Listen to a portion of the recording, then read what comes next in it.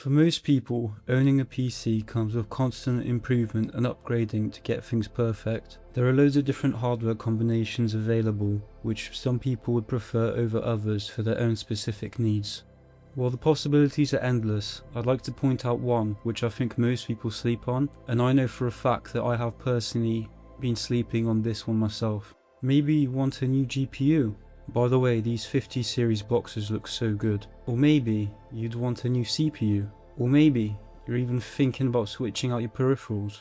I have spent the better part of a decade and a half constantly upgrading my PC and the entire setup to make sure everything is as perfect as possible for loads of different scenarios.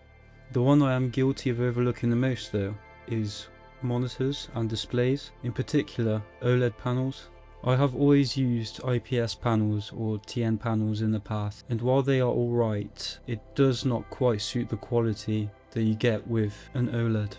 The thing that actually convinced me to switch for the first time was when I went to a little LAN thing with my friends for the release of Battlefield 6, and my friend was bragging about getting a 4K OLED, and I always thought to myself, there's no way that this upgrade is worth that amount of money, until I actually saw it in person. And then in the next week I had one on the way for myself. The monitor that I had before this was a G5 Odyssey by Samsung, which is 1440p 165Hz IPS panel, which was a nice monitor. It was ultra wide as well. But as soon as I saw the Asus PG32 UCDM 240Hz 4K OLED, I just had to get it.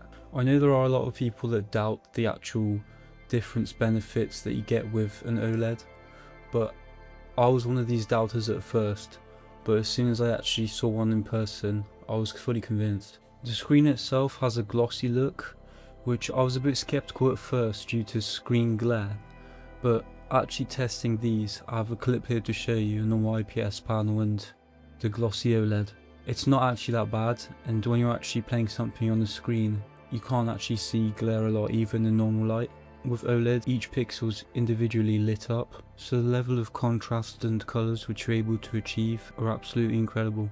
The switch to 4K from 1440 isn't the hugest difference in the world due to the screen size, but the thing that was the biggest change and upgrade was by far the colours. Seeing things on this monitor that you've seen for decades, seeing it in the true way that it's supposed to be seen with the proper colours and everything, it's like you've been colourblind the whole time. This is just something you can't fully experience unless you see it yourself fully in person, although I think the comparisons that I have further in this video do a pretty good job in showing the difference. I'm going to show you a little comparison here.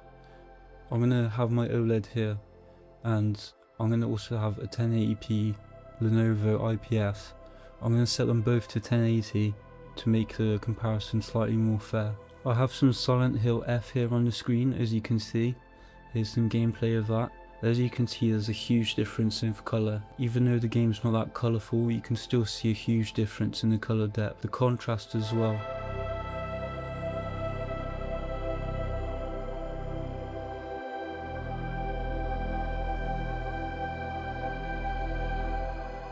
As you can see already, just in loading screens, you can see the difference in the blacks. It's as if on the IPS panels you've just been seeing shades of grey the whole time, whereas on OLED you get true black. The colours contrast a lot better as well. As you can see, yellow is truly yellow, orange is actually orange. Next up here we have Cyberpunk, which in my opinion is still one of the best looking games out there. As you can see, the game just looks completely different on this OLED. The colours are actually the way they're meant to be, and it's not as washed out as on the IPS. You can see it really well in this one, as there's loads of bright neon signs, and there's loads of bright lights everywhere, loads of contrast. Even the sky and everything around the environment just looks incredible.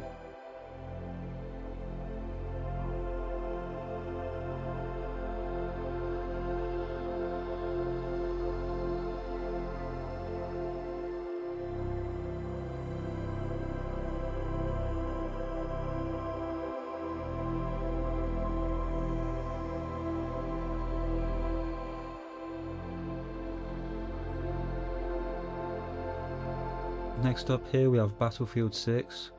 So this is the thing I originally saw on this OLED, which convinced me to change over. Once again, the colours are absolutely incredible, and I think the glossy panel actually gives it such a nice clear crystal effect.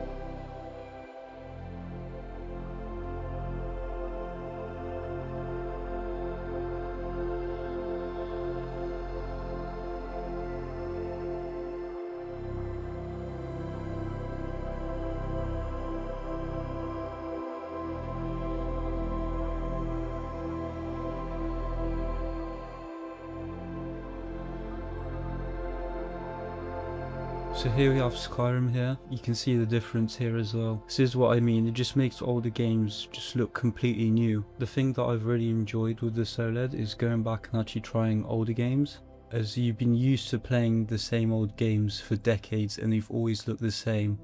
Whereas in this, it's almost like picking up for the first time and seeing just like how good they can actually look. Even the PS era filter of games just look incredible on it. And even though the games look really outdated, they look so much better with this new lick of paint.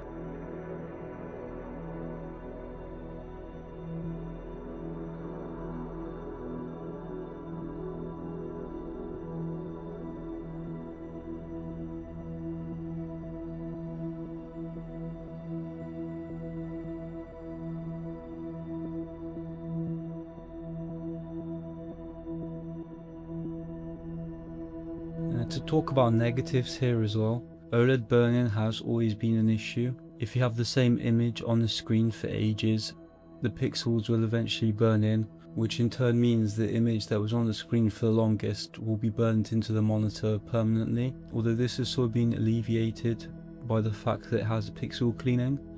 So the pixel cleaning is just a few buttons that you press on the monitor, and it takes around 5 minutes. It will clean the screen for you to avoid burn-in. You have to do this around, I think, every 6 to 8 hours, and I will also show you here the amount of time that I've had on the OLED so far, how many cleans I've done. And on top of that, of course, you do need a pretty good PC to run this one, but the biggest negative being, of course, the price. These things are extremely steep.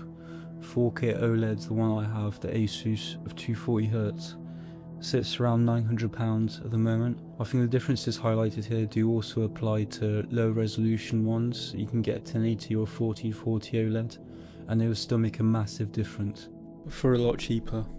So that's what I think personally is the most overlooked upgrade when it comes to PC setups, and one that I've personally overlooked for ages, which I will not do from now on.